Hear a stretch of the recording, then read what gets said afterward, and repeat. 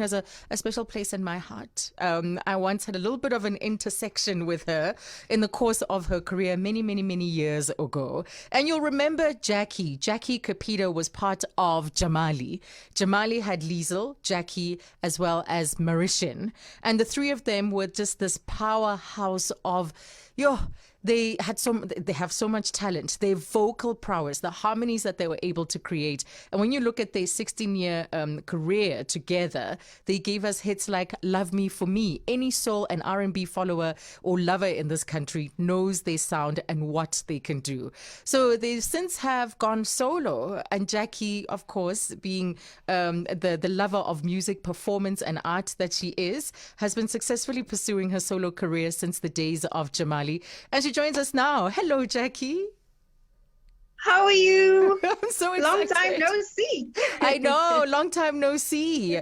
And I feel like we have to touch on those days all those years ago, because Jamali was a product of Coca-Cola Pop Stars. And I had the privilege of being a judge that year. Hard work. You had the privilege of coming to my house to let me know that unfortunately I didn't make it. Psych. Yeah.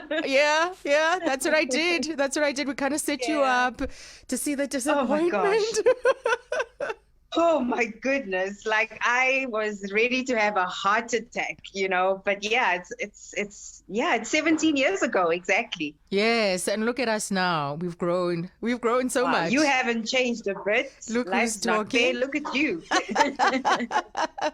But music, Jackie, and just this world, it's your life. That's why it was so evident from the time you auditioned, through everything that happened as part of that process, to your time with Jamali, your solo career now. It's so evident that you are absolutely born to do this. Do you remember yourself as that seven-year-old dancing and singing? Because that's when it started. Yeah, I do. Like my journey started when I was in primary school. Really, I had interest in dance and drama, and anything that involved being on stage, I had to do it.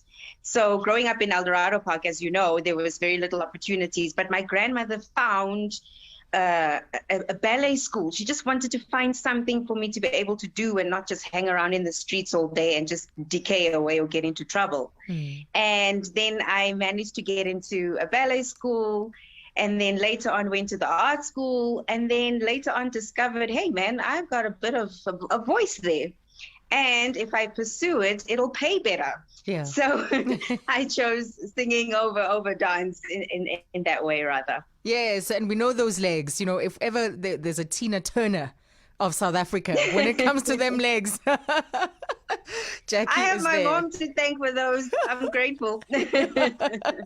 So how's the solo life been? Are you still in touch with Liesel and Marishan from Jamali? Not as much as we used to, because obviously we've all three just gone our separate ways and are focusing on our own individual careers. But I've actually been now really starting to enjoy it, especially with the pandemic. I got a chance to produce my sophomore album, and I really poured my heart and soul into it. It was real, it was true, it was raw. And I could finally stand on my own two legs legitimately as a solo artist and just not be afraid anymore, because you get this, false sense of security being in a team, or you feel like, nobody can really see everything or your flaws or your mistakes or whatever, because we were so perfectly put together. So this time it's like shedding the rest of the team is also shedding a part of yourself that was probably hiding the real you inside. And now in this album, we get to experience you the way you want us to know you, and not the way I want to sing, the things I want to talk about, just being free, because being in a group means that you have to sort of accommodate everybody else, and not that it's a bad thing, but it still leaves behind at least 66 and a sixth of who you are, so now I get to give you 100% of who I am. I love that. I never looked at it that way, in a group of three. I love that. So how did you get to perform for Snoop D or Double G? I mean, or, amongst in company that had Snoop Dogg? Look, man, back then we were so we were lucky. Like things just were happening. Like the world was getting smaller. More and more international acts were coming to South Africa, and we were getting opportunities to go overseas. Yeah. Now it's just like every day. It's like going to the mall, going overseas and performing overseas. Like, yeah, whatever. But for us, it was really, really a big deal to share stages with those big names and be out there. It was like, wow, is this really happening? And it's a little bit before before Facebook and stuff. So so then there's that.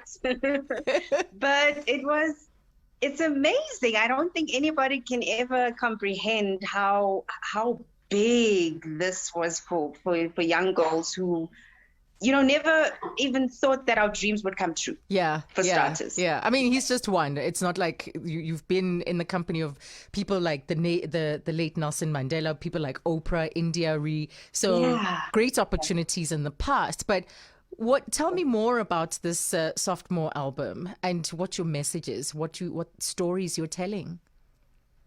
I think for me, the biggest thing was talking more about how difficult things can be for a woman in South Africa or in the world. It was just about being able to express who we really are, or for me personally, just say whatever, you know, just be myself, and not that I don't care, but for once be able to be unapologetic about how I feel, what I think, what I want to do, or who I want to be.